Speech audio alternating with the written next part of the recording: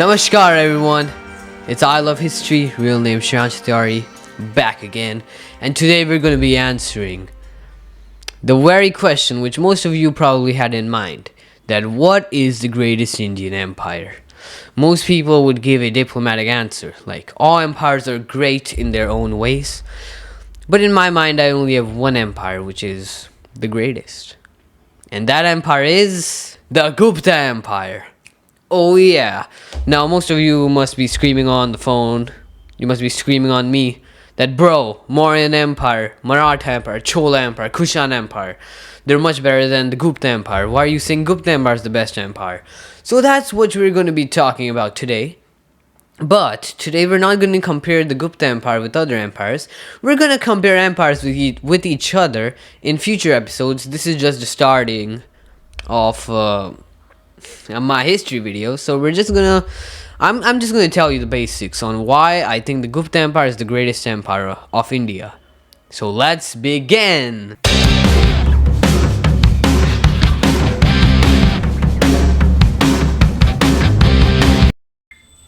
What makes an empire great? Being great isn't just conquering loads and loads of mass territory or a lot of land. No, because if being great meant that, then even the British Empire and the Third Reich, I even have a book of him. Wait, I'm going to show you. Book of this guy. Everyone knows this guy. So if conquering a lot of land, oh man, if conquering a lot of, oh shit, okay. So if conquering a lot of land meant being great, then even Adolf Hitler's Third Reich and the British Empire would be considered great empires. But they're not. Because the people suffered terribly under both empires. Like in the Third Reich, like literally everybody knows what was the plight of the Jews. I think 6 million Jews died during the Third Reich. That's absolutely terrible. And they died and suffered a lot. The British Empire is even worse than that, because the Native Americans, Aboriginal Australians were absolutely exterminated out of their own homeland.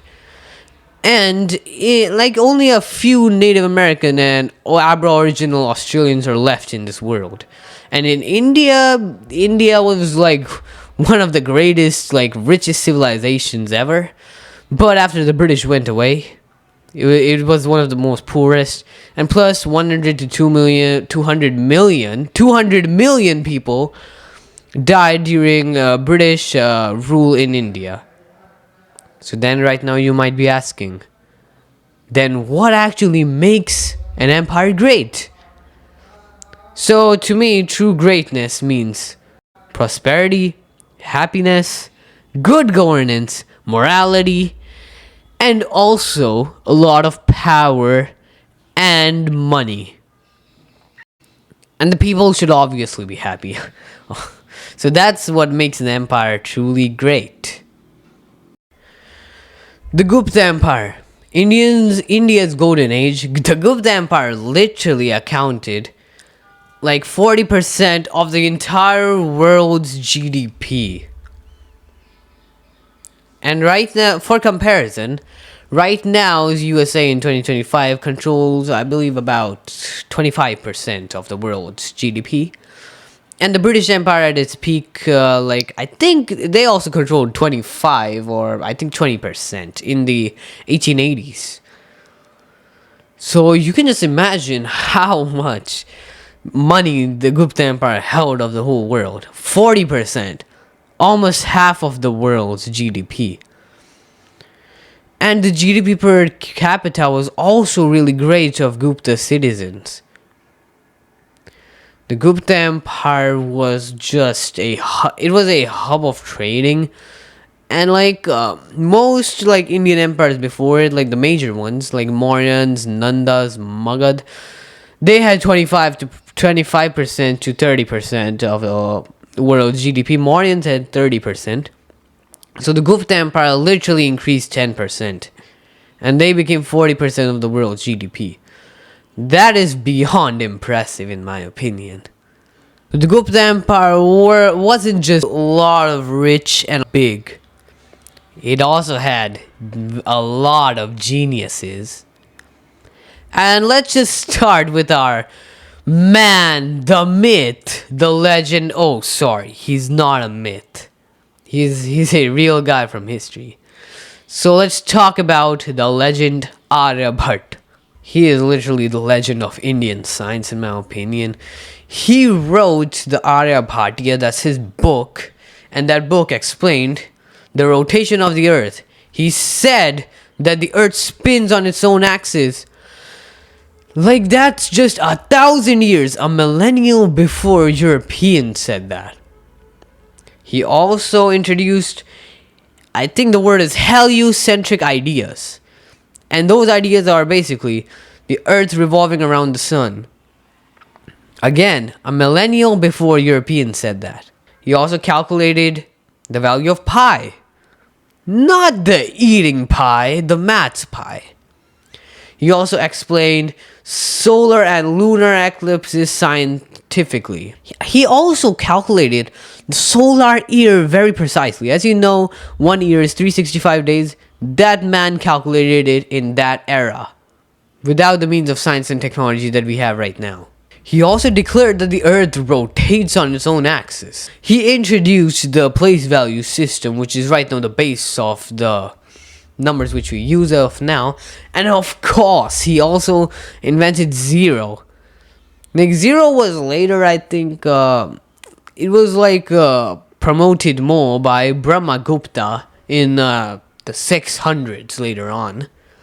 But Aryabhatta was the one who invented zero, and he gets the credit for it. So he introduced so many new things.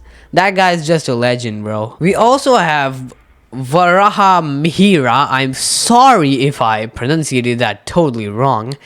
He lived from 505 to 587, I think. And he was an astronomer and polymathician. He's the author of his book Brihat Samhita. He and that book had a lot of knowledge of astronomy, astrology, meteorology, and architecture. He is also the one who observed that the moon reflected sunlight. He also studied rainfall, earthquakes, and various other natural activities. And of course, Brahmagupta, he's not of the Gupta era, but later on he promoted the same ideals.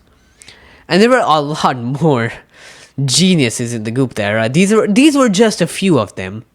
So you can imagine how great the knowledge field was during the Gupta era. It was just great. I wish that that type of era returns. So let's move on to the next point. Okay, last but not least, morality and diplomacy over violence. So yeah, most Indian empires did this. There are various stories that a battle is going on between two big kingdoms, and meanwhile a farmer not too far away from the battlefield, just like 1 kilometer, is peacefully living his own life. He's just plowing his field.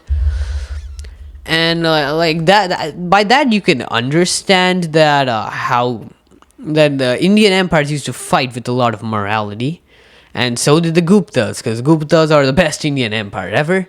So I'm going to give you some examples of the Gupta alliances and their morality. So, at the time of the Guptas, there were 3 adjacent superpowers at the time.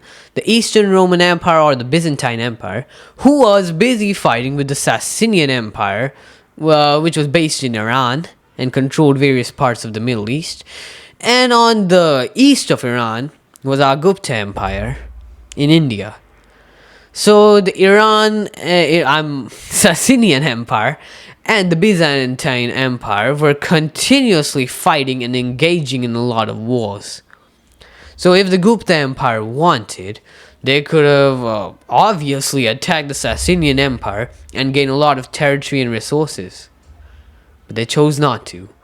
Instead, the Gupta Empire and Sassanian Empire enjoyed excellent relations with each other, and Indians and Iranians used to move through each empire and used to trade a lot during Gupta and Sasanian period. I think that the Sasanian Empire also set up a few trade posts in Gujarat, which at the time was like a part of the Gupta Empire. And like there were like it's a well-known fact that a lot of Indian Iranians used to trade at this time. So the Gupta Empire, if they wanted, they could have engaged in war and grab a lot of territory out of the Sasanian Empire, as they were already busy fighting the Byzantines. But they didn't, because they had morals. So instead, they were allies with the Sasanians. And also, there's the Vakataka kingdom. Vakataka kingdom was a major kingdom in the Deccan. Deccan is a region in India. I'll put up a map over here. Yeah, this is the map over here of the Deccan. And the Gupta Empire used to control this area, and the Vakatakas used to control this area. But you might think that the Guptas and Vakatakas fought. But they did not. Instead, they were allies with each other. The Guptas and the Vakatakas had matrimonial alliance with each other, and even like one Gupta princess who married the king of the Vakatakas. Wait, let me see her name. I'll just put it on screen because I can't recall her name. But she was like ruling on behalf of the prince in the Vakataka Empire, as the prince was way too young to rule. And that just shows how great the relations with the Gupta and the Vakataka Empire were. They both also traded a lot with each other. They worked together. And I don't think there was any war with them, and like it was really peaceful for the normal people to go from one kingdom to another kingdom. Like that was in all of India at the time. But excellent relations with the Vakatakas. There was also a Lichavi kingdom in Nepal at the time, and the Guptas were also allies with them. Again, through a matrimonial alliance, I believe. So the Guptas were also allies with them. And like when Samudragupta was doing his campaigns, he didn't immediately just destroy the kingdoms and annex them into his empire. No. Samudragupta was the one who made all of those empires under him, like vassals of the Gupta Empire. And later, Samudragupta's son, I think it is Vikramaditya Gupta, who annexed all those kingdoms and made the Guptas more prosperous. So that's just how you can see how great the Gupta Empire was. So guys, that's a brief introduction of the Gupta Empire, on why I think the Gupta Empire is the greatest empire of India. In the future, we're going to have a lot of matchups with the Gupta Empire. We're going to do Mauryans versus Guptas, Marathas versus Guptas, Kushan versus Guptas. We're going to do a lot of comparisons between those empires. So stay tuned for my next videos, and thanks for watching this video. It means a lot to me. So guys, bye bye. See you soon.